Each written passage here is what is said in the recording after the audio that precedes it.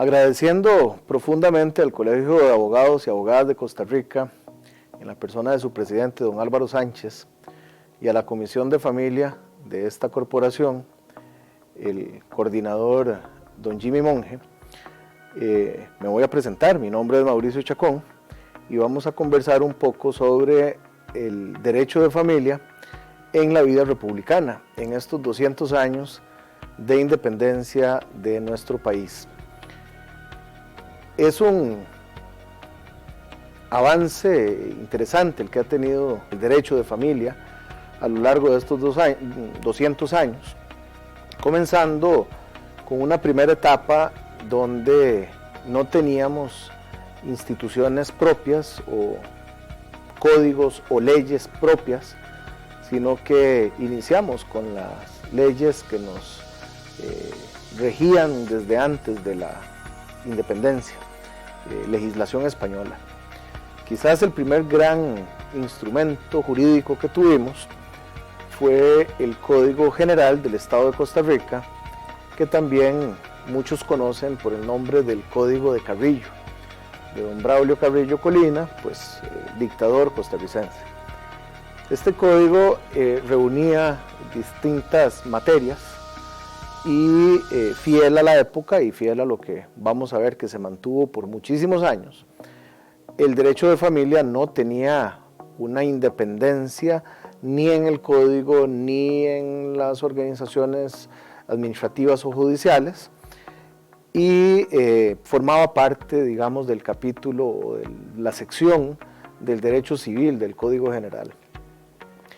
Este Código de Carrillo no nos desarrolla mucho el derecho de familia y sus instituciones, sino que incluso hace una remisión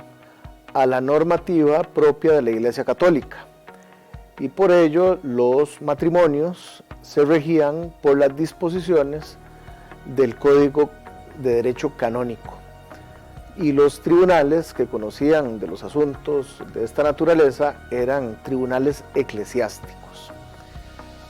Esta primera etapa entonces se distingue por una ausencia de especialidad o de énfasis, o como queramos verla, de las disposiciones del derecho de familia, y vamos a comenzar a ver un inmenso, un significativo cambio con el Código Civil de 1888. Este código, que entró a regir el 1 de enero de ese año, sí trajo cuestiones muy novedosas para la época y para el país. No podemos pensar que nosotros somos una isla, ¿verdad?, sino que, fiel a la época, las instituciones del derecho de familia tenían muchísima vinculación con la visión religiosa de las instituciones, de la visión católica principalmente, por ser nuestro país uno que sigue esa fe o esa creencia desde toda su vida republicana, en una considerable mayoría. Sin embargo, este código de 1888 es un código hecho por liberales y nos introdujo la figura del divorcio, una figura absolutamente impensable, ¿verdad?, para una época tan conservadora y que se regía, digamos, por otras visiones del mundo, de las instituciones familiares. El divorcio fue posible entonces a partir de 1888 y llamémosle de una vez como un divorcio vincular, es decir, el divorcio que sí rompe el vínculo de matrimonio y no aquel que existía de previo, que era bajo una figura de una separación, lo que se le conoce en la doctrina como un divorcio no vincular, donde los esposos podrían estar dispensados de ciertos deberes de vivir juntos, pero no se rompía su vínculo. La ruptura del vínculo estaba reservada para las autoridades eclesiásticas a través de la figura de la nulidad del matrimonio. Pero con la nulidad, pues el fenómeno que se ataca es el acto de constitución del vínculo y no desavenencias o circunstancias que hagan justificada una ruptura con posterioridad a la celebración del matrimonio. Es decir, desavenencias o situaciones que hagan posible que las personas dejen de vivir juntas y que rompan su vínculo matrimonial. En esta primera etapa de normativa explícita en el Código Civil, teníamos las normas, pero aparentemente no eran de la mayor recepción por parte de las personas en el país, y se producían pues muy pocos divorcios al año. Las estadísticas hablan de un divorcio cada varios años y no con la frecuencia que tenemos y que estamos acostumbrados en los días modernos. Pero sí es un tema interesante ver que ya teníamos esa figura.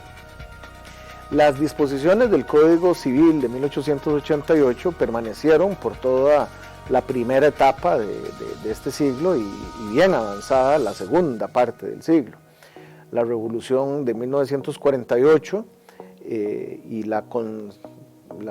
posterior emisión de la Constitución Política de 1949 trajeron, digamos que pocos cambios a nivel de la legislación ordinaria, pero la Constitución como tal sí nos trajo algunas disposiciones de altísimo valor. Por ejemplo, es importante tener presente que un año antes, en diciembre de 1948, en Bogotá, Colombia, fue suscrita la Declaración Americana de Derechos y Deberes del Hombre. Y en este instrumento se materializó, se plasmó en una normativa de tipo internacional el deber del Estado de proteger a las familias. Esta obligación de los estados de proteger a las familias no es una creación de esa declaración, porque ya había algunos estados que tenían eso en su marco constitucional, pero sí es muy interesante conocer el dato de que nuestro país fue el primero que introdujo la protección a la familia por parte del Estado como un deber del Estado después de la declaración, ¿verdad? La declaración es de 1948, de diciembre, y la Constitución nuestra es de 1949, del mes de noviembre. Habiéndose publicado nuestra Constitución el 7 de noviembre de 1949, pasaron varios años antes de que nosotros tuviéramos una regulación específica para la materia familiar. En 1973 se aprobó la Ley 5476, que es el Código de Familia. Este código es el producto de un trabajo encomendado en la Asamblea Legislativa a una comisión en 1969 que tenía el propósito de realizar 3 instrumentos jurídicos: el Código Sustantivo, el Código Procesal, para desarrollar las normas sustantivas del derecho familiar, y también algunas disposiciones de tipo administrativo. La Comisión Legislativa solo tuvo tiempo para presentar el primero, el Código Sustantivo, y este es el que comienza a regir el 5 de agosto de 1974. Se aprobó en diciembre del 73 y el 5 de agosto del 74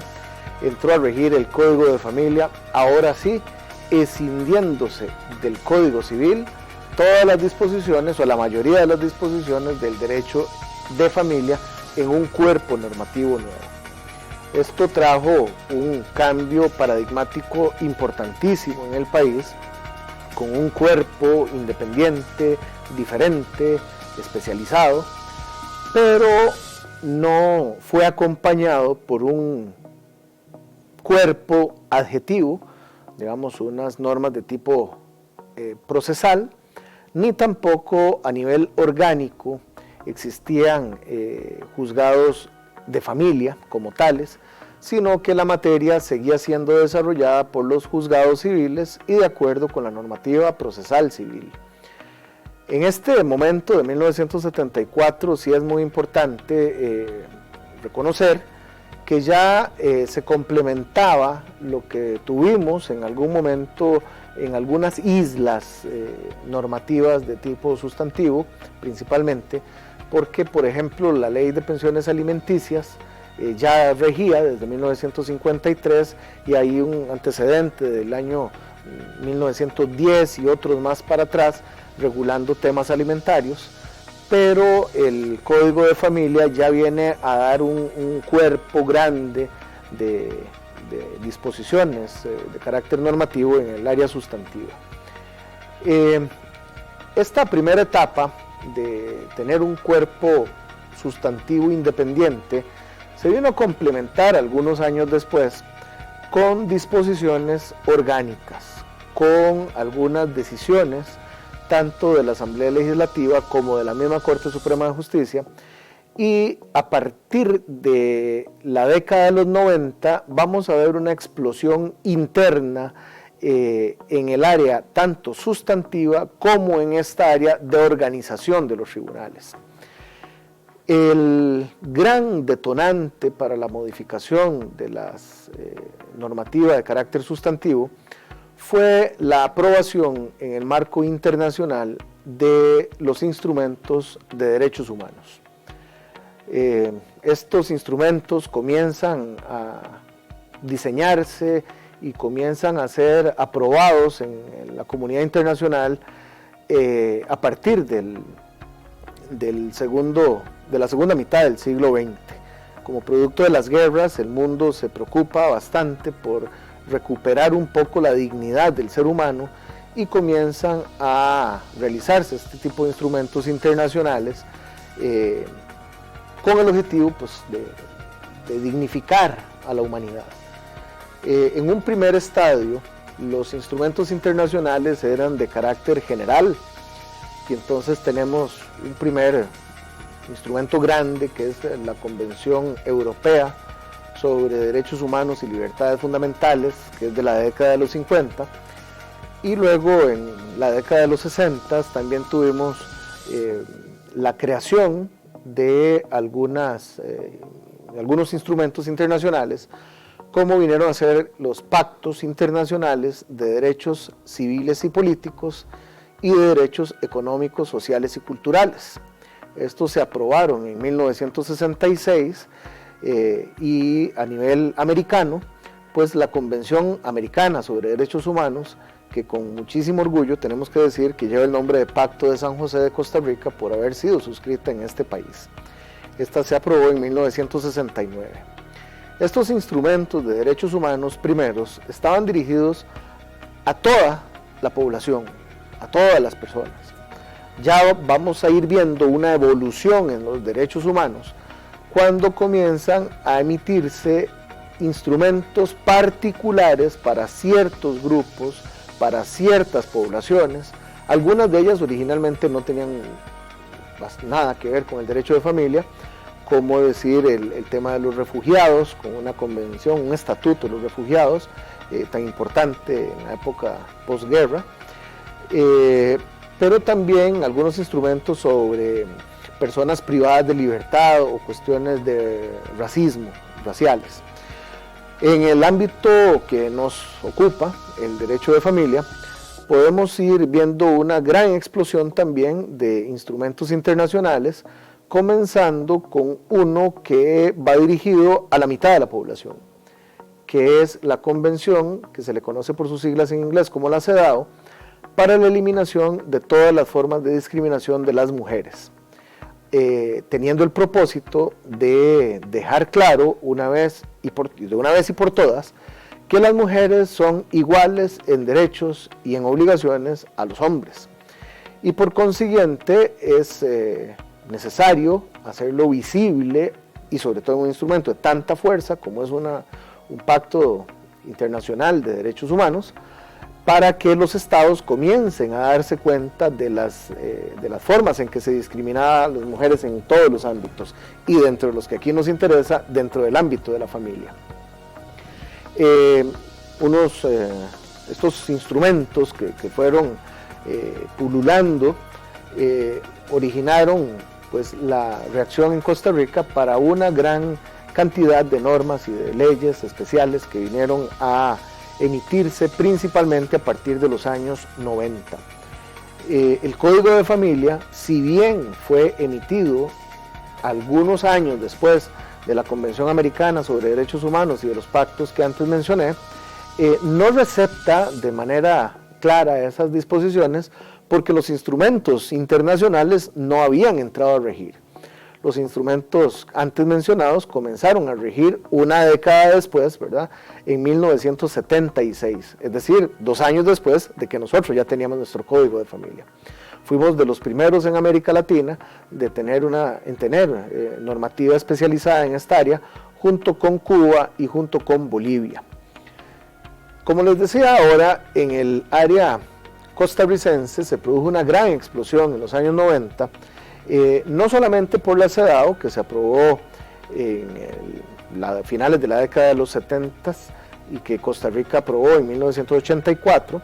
sino también porque se creó, se diseñó y se aprobó una convención para otra población importantísima, que es la Convención sobre los Derechos de Niños y Niñas. Esta convención, aprobada internacionalmente y entrada a regir internacionalmente en el año de 1990, ya nos comienza a ver o a mostrar el interés de la comunidad internacional de proteger a las poblaciones que no se encuentran en la misma condición de los que siempre habían detentado el poder, que eran los hombres adultos, pero no adultos mayores, ¿verdad? Y además hombres sanos en su salud, de manera tal que no eran personas con discapacidad, y son estas poblaciones las que mueven al mundo a partir de estas épocas. Internacionalmente vendría a aprobarse una convención sobre derechos de personas con discapacidad ya en este siglo, de derechos sustantivos. En el siglo pasado se había emitido una sobre temas de accesibilidad a nivel interamericano, pero a nivel mundial se aprobó esta convención y entró a regir en el 2008, y también a nivel interamericano existe una convención sobre derechos de las personas mayores, los derechos humanos de las personas mayores, aprobada y entrada a regir hace aproximadamente unos 6 años. Esta gran cantidad de movimiento hace que Costa Rica también se impacte. A nivel legislativo, tenemos la creación de la Ley contra la Violencia Doméstica, que es una respuesta a otra convención que se llama la Convención Belén do Pará, para prevenir, sancionar y erradicar la violencia contra las mujeres, esto en el año 95. Antes habíamos tenido en el año 90 la Ley de la Promoción de la Igualdad Social de la Mujer, que introdujo cambios importantes al Código de Familia. Por ejemplo, la igualdad entre el padre y la madre en toda su función parental, en el ejercicio de sus deberes y de sus responsabilidades. En el Código original, 1974, lo que teníamos era una distinción entre hijos matrimoniales e hijos fuera de matrimonio, con responsabilidades diferentes, porque los padres casados se hacía lo que decía el hombre, ¿verdad? El hombre era el que mandaba y la mujer tenía voz y tenía voto, pero se quedaba empatada, predominaba lo que decía el hombre. Con la convención CEDAW se habla, son iguales hombre y mujer, y con la ley de 1990 que modifica el Código de Familia se ratifica esa igualdad entre hombre y mujer en un matrimonio que tienen sus hijos, pero se distinguía con los hijos extramatrimoniales. Entonces, en los hijos extramatrimoniales, quien siempre ha llevado la carga ha sido la mujer, históricamente, digamos, en la normativa. Ahorita vamos a hablar un poquito de cómo esto es impactado también por decisiones de nuestra Sala Constitucional, que ha venido a lograr ese equilibrio. También, siguiendo este orden, digamos, secuencial de leyes que se aprobaron en Costa Rica, pues podríamos hablar de leyes sobre filiación, de leyes, una nueva ley sobre pensiones alimentarias de 1995-96, un código de niñez y adolescencia, todo un cuerpo normativo dedicado a esta área específica del derecho de familia, y más adelante, ya en este siglo, hemos aprobado leyes como la Ley para la Promoción de la Igualdad Social de las Personas con Discapacidad, que se trae abajo toda la visión que teníamos antes sobre la condición jurídica de personas con discapacidad. Se distingue ya la discapacidad física de la discapacidad de tipo mental o psicosocial. o intelectual, distinguiendo que una persona que tiene discapacidad física o que carezca de los sentidos, pues estaba en una situación muy comprometida, y ahora tenemos unas disposiciones muy de vanguardia, donde todos tenemos mismos derechos, mismas oportunidades, sin importar el grado de discapacidad que se tenga. Una ley importantísima también fue la ley de para la población adulta mayor, la ley integral para la población adulta mayor, y todo esto también bajo un toldo, podríamos llamarlo, de reconocimiento de derechos a nivel interno que ha hecho nuestra Sala Constitucional.